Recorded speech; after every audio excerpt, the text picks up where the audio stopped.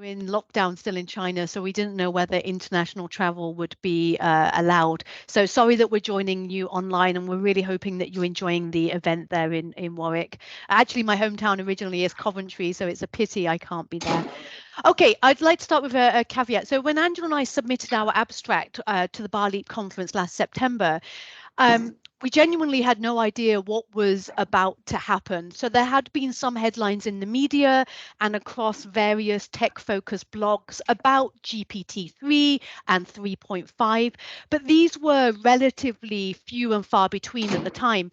And although the buzz seemed to be increasing, we honestly were not expecting the rapid pace of change. We anticipated, therefore, that our presentation topic would present something relatively novel. However, unless you've been living under a rock since last November, you will likely have seen one, if not multiple, of the sensationalist headlines that announced the launch of ChatGPT into the academic world, headlines that declared the college essay dead, an end to assessment practices as we know them, and also challenging academics in institutions globally to start thinking about how we are going to respond to this new phenomenon. So questions such as, are we going to embrace these latest developments in artificial intelligence and teach our students how to use them effectively and responsibly? Are we going to ban their usage and add utilization of ChatGPT to academic integrity policies and therefore police their usage? Or are we going to go back to analog practices of assessment, where every assessment is completed under the watchful gaze of a teacher, and the only tools that our students have are pen and a piece of paper? So these are the very questions that we have all likely been thinking about, and we're going to have to continue to grapple with moving forward. And Angela and I have already had many a sleepless night trying to think about these questions. And I don't mind admitting to the audience today, as an EAP practitioner and EAP teacher here in China, my initial response was to be quite concerned. So we posed a question when we wrote our abstract: will the next student essay you mark be written by AI? Unfortunately, I think the answer could be yes, or at least for us here, we are already seeing this. So our presentation structure. So Angela will give us a brief introduction to the general landscape.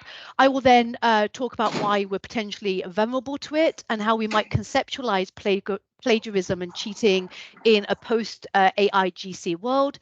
We'll talk a little about the role of writing in general, and then Angela will also introduce a potential approach that we will take here in our institution in Suzhou. So I'll now hand over to Angela, so I'll just pass the headset over. Thank you, Helen. Thank you, everyone.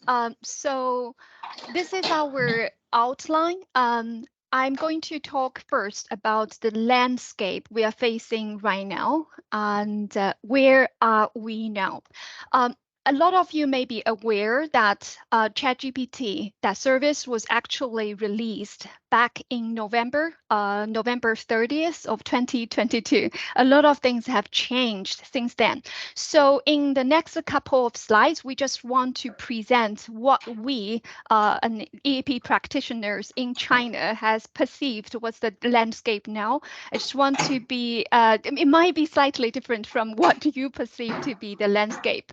First of all, for those of you who have been catching the news, reading the news very recently, we do have, compared with back at the end of November, faster, better, and more large language models. They are shorted for LLMs. First of all, OpenAI, the company that released ChatGPT, released GPT-4 on March the 14th, about 1 month ago, which is much faster. It's supposed to be more reliable and provides more functions like multimodal reading possibilities.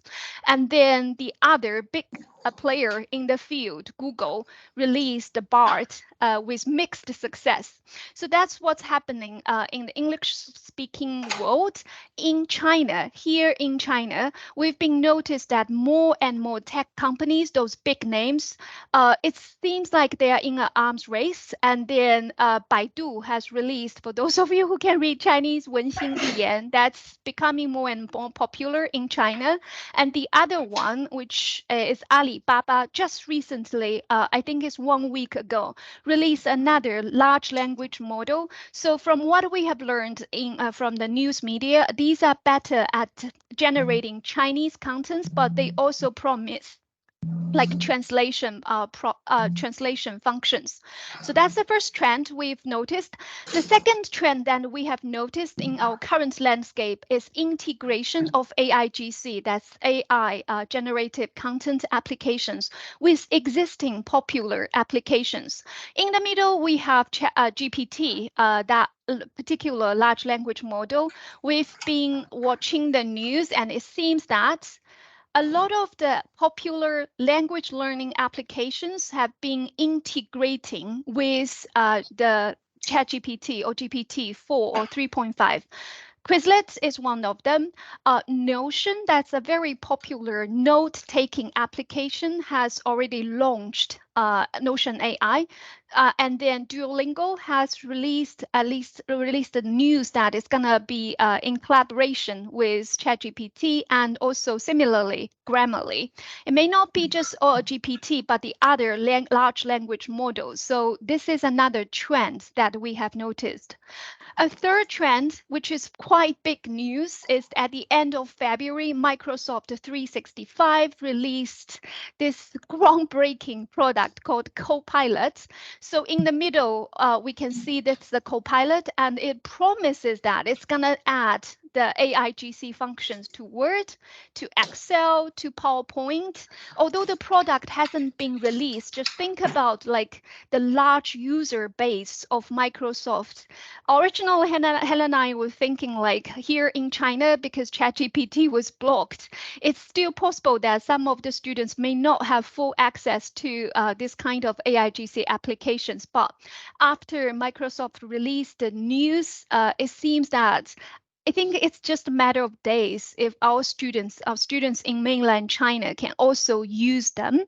And then one more trend that we have noticed in the current landscape is more specialized AIGC applications targeting researchers and students, basically everyone in the academia, in our community. Let me give you more examples. Recently, I've been following these applications. One of them is called Lateral, and this special web application is for literature review. Specifically, it allows you to read multiple research articles at the same time, producing a table-like summary. Consensus in its beta version is another application, and the idea behind Consensus is if you just ask a research question, it's going to find out the related research papers and put the snippets from the research findings together. So you can imagine, be it researcher or student, they can write their research summary or literature review so much faster. Lastly, Jenny AI is a special writing application that's targeting academic essay and literature review. So Helen and I, we've been started to trying it. And the idea behind it is that if you write one sentence, it's gonna use academic tone to complete the sentence or generate a complete paragraph for you. I was testing this morning, and it seems that it actually reads the research paper. So when I was typing something about the research paper, it's already telling me what I should write in the same paragraph. So this is the landscape we are facing. And I'm going to pass it to Helen to talk about why we are vulnerable to it.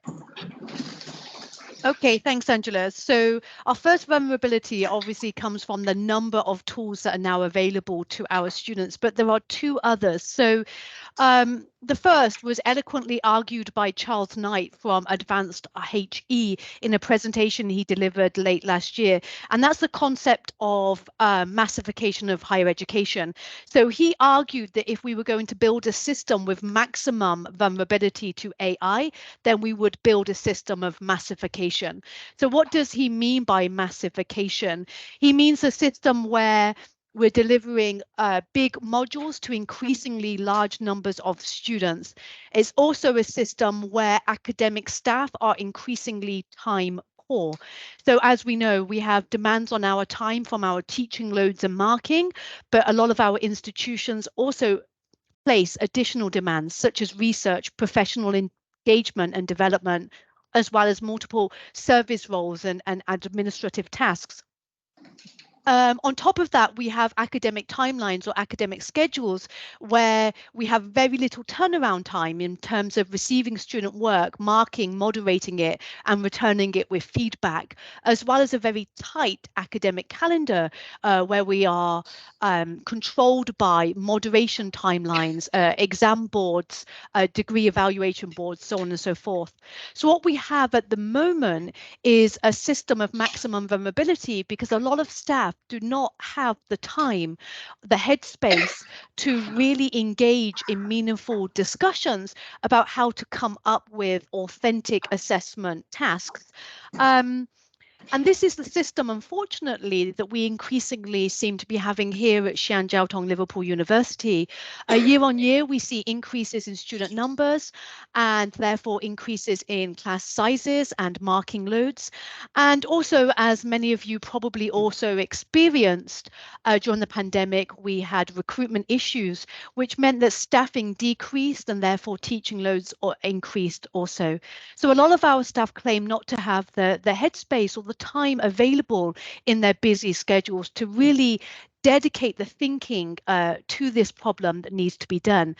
Our second vulnerability, I think, comes from the types of assessments that we often set on our EAP modules. So Angela will explain our context in more detail a little bit later, but we deliver EAP credit-bearing modules in year 1 and year 2 of our programs.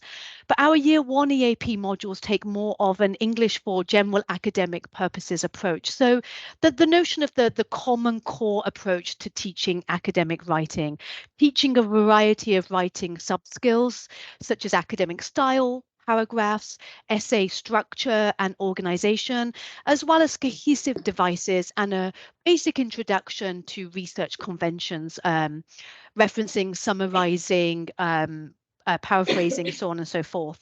So logically, following on from this, we also therefore set summative coursework tasks, such as paragraph writing or the standard 5-paragraph essay with some basic source use requirements. So when Angela and I first became aware of generative AI, ChatGPT, we started to play around with it and actually conducted multiple tests by feeding it our year 1 coursework prompts. And we have to admit that we were quite astounded by how quickly it could generate perfectly coherent responses. I mean, most of the essays it will generate, they're not brilliant by any stretch, but they are good enough. And a smart student might use these tools as a starting point, generate an initial draft, and then potentially rewrite sections. So it essentially lays a good foundation on which they can build. We all know that you can obviously take something that's, reasonably mediocre and improve upon it. For us in year 1, this is also, it makes us more vulnerable simply because we are not expecting our year 1 students to produce responses to writing prompts that contain any real depth, insight, or critical analysis. So therefore, I believe we are very vulnerable to the use of these tools. Okay, Angela is going to talk more broadly now about the higher education landscape. So I'll just pass over to her. Okay, so I don't think we are the only one who are vulnerable to this. I believe amid all the excitement and anxiety, education institutions are very busy, for example, taking sides. It ranged from ban it or embrace it. And from the news that we've been watching and following, first of all, as of March, as of last month, it seems that 1/3 of Russell Group University have officially announced a ban on the program in assessed work. Maybe not in everything else, but assessed work. IB, on the other hand, said it very, very clearly that school children will be allowed to use it in their essays. But in the middle, I think most universities are still in the process of updating guidance and assessment policies. So I don't think academia is very well known for the efficient decision making, which means that for for lots of us, including our own university, we are still waiting anxiously, particularly from an EAP practitioner's perspective on the university's policies and guidelines of what we should do. What can we teach the students? What can we not teach the students? Okay.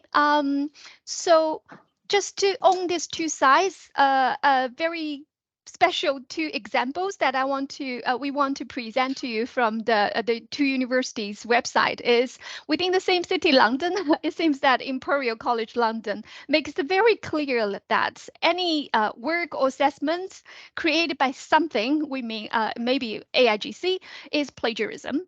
And then this includes, so it has been made very clear that it's not accepted. On the other hand, UCL is saying that we will support you in using them effectively, ethically, and transparently. So we think this is a very good examples of showing that how educational institutions are very busy coming up with a position to deal with this issue.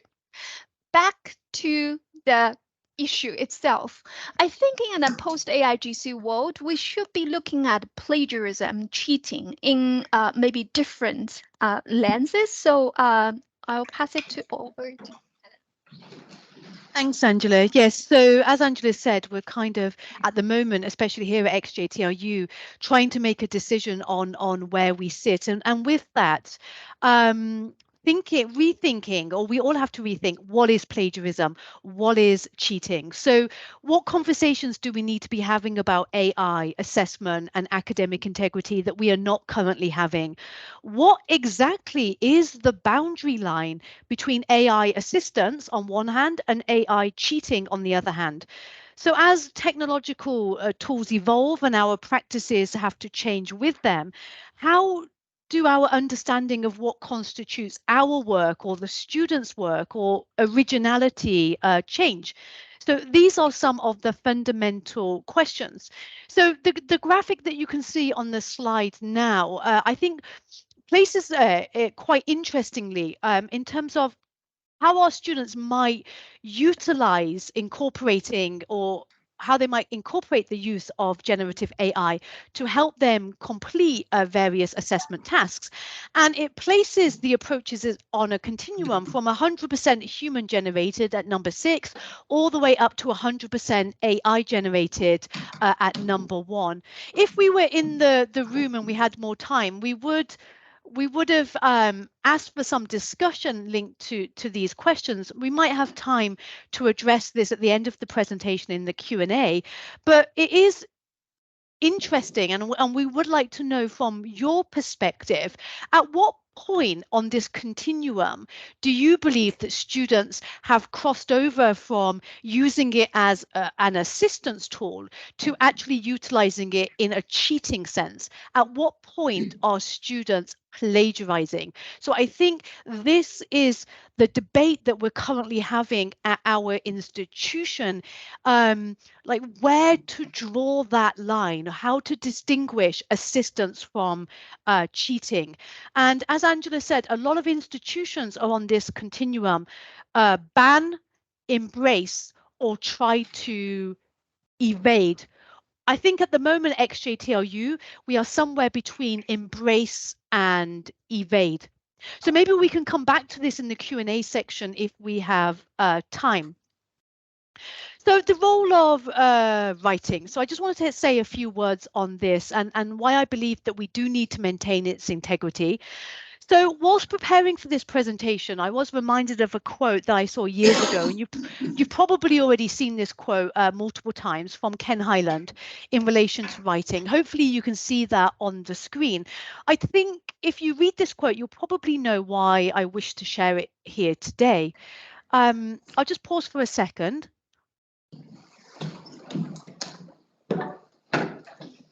So writing has always been positioned as being of the utmost importance, as it's seen as the main means through which our students can demonstrate what they have learned. So the content knowledge, as well as the academic and transferable skills that they have developed, that they've hopefully transferred from the EAP classroom into their disciplines. And I think this is one of the main reasons why so many academics have kind of been shaken to their very core as these tools have been rolled out. So is the integrity of the essay dead as an assessment method? I would argue not, but I think we are going to have to rethink our assessment practices. So the launch of various AI tools has brought a sense of urgency to a fundamental pedagogical question, which is, if a machine can produce prose or a response that accomplishes the learning outcomes of an EAP assessment or assignment, what does that actually say about the assignment that we have set? This is a question that we are going to have to address. Also, I don't know about for you guys, but our students here are very grade focused. They're very assessment focused. So therefore, they see the end product, the essay that they submit, as being of utmost importance because they consider their grade as being important. So it's for the students, it's the end product that is important. However, I think a lot of students are missing the point here. As we all know, like a lot of the learning takes place during the process of writing. I think it was Montaigne who said that writing is a path for thinking.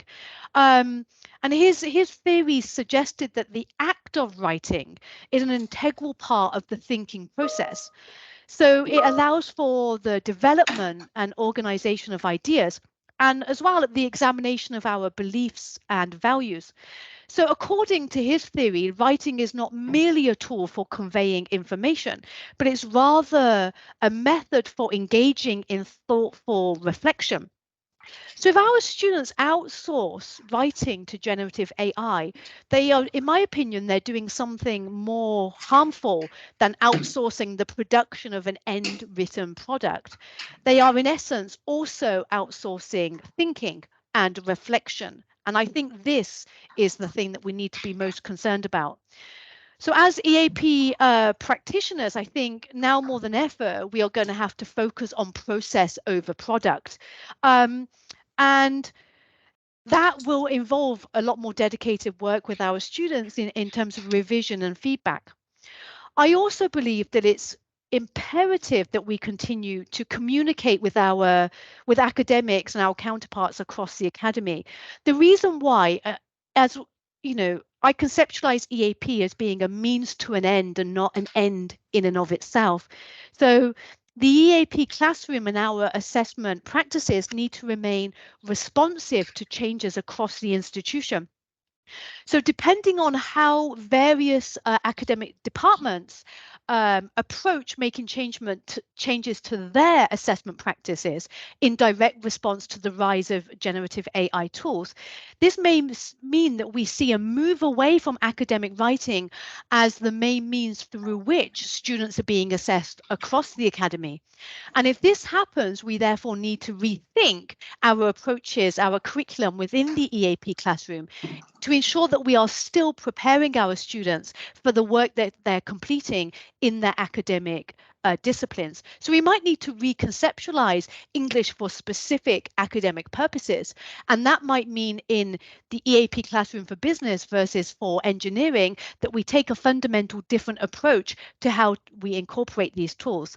On the slide, you can see a couple of quotations from John Warner in a recent interview. He considers the rise of these tools as being a mechanism through which academics or professors may be pushed to consider alternative assessment methods and actually to question whether writing is now the way that we should be assessing students. And I'd just like to share one additional quotation. And it kind of comes full circle back to what I said at the start of the presentation about vulnerability. We have increased class sizes and we have increased marking loads, and therefore we don't necessarily have the time to spend on an individual level with our students, providing personal feedback and so on and so forth. So I think we have created a system, or potentially have a system, where we almost encourage our students to use generative AI simply because we don't have sufficient time to provide that meaningful input into their work and actually work with them through the process. So the problem is not just a technological one, but one about the context in which we work. So one part of the quotation that's not on the slide is the problem is not just the problem is not just the technology, but the context in which the technology embeds itself. So if students feel like they're just another cog in the university assembly line, then they will submit generic machine produced essays. Okay, let me just hand over to Angela again.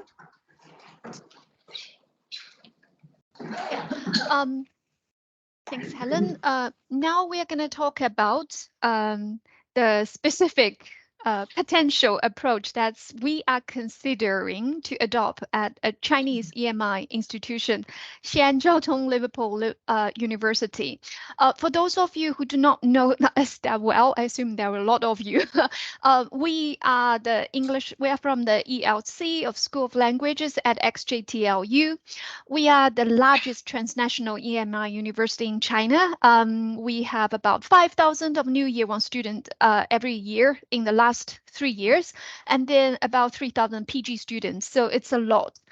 For ELC, we're responsible for delivering, like Helen mentioned, year one, all year one students, where we take an EGAP approach and the year two ESAP approach. We teach credit-bearing EAP modules, and then in terms of the students' language proficiency, based on our previous year's data, when they enter XJTLU, they're more or less on the B1. And at the end of year two, they are expected to reach B2 plus. This is the expected language proficiency. So we do have very strict learning outcomes set and expectations at the end of year two. In terms of the potential approach we are considering to take in response to the challenges and promises posed by AIGC or ChatGPT, in year one EGAP, we plan to include more analog tests while encouraging critical thinking and problem-solving skills. Specifically, we want to reduce the weight of our written coursework and on the same time, put more emphasis on our speaking assessment. And we will try to find a way to link our speaking and writing assessment. So for example, we're thinking about using a Viva approach to assess the assessment. Year two, where we take more English for specific academic purpose approaches, what we plan to do is include more project-based learning tasks. So specifically, we want to promote more language and content integration, increase student engagement, and at the same time, ensure that students' language proficiency level can meet the expectation. I want to give you a very quick example. Out of the many year two EAP modules, we want to use the EAP for design as an example about the potential changes we want to introduce. The context for this module is that this is for year two students from the design school XJTLU. It's a year-long 10 credit module. Every design students is expected to take. And this year we have about 468 students, and currently the module team is comprised of 8 EAP full-time teachers. before the proposed change, the EAP for design has 3 coursework. We have 1 writing coursework, 2 speaking coursework, and a 2-hour at the end of the year, 2-hour integrated exam. Now, right now, what we are thinking about is introduce a series of in-class tests added, and then change the module towards a more project-based learning. We have proposed to add 2 projects, and the final project is worth 70% of the full module marks. And we've also proposed to change the final recit exam to a project. So I think you can now see probably see the logic behind it. Okay, I think we have reached our time limit. So very quickly, the summary. I think in order to allow time for questions, I'll skip over the summary if that's okay with everyone, because I can see we're already at 24 past the hour. So I want to make sure we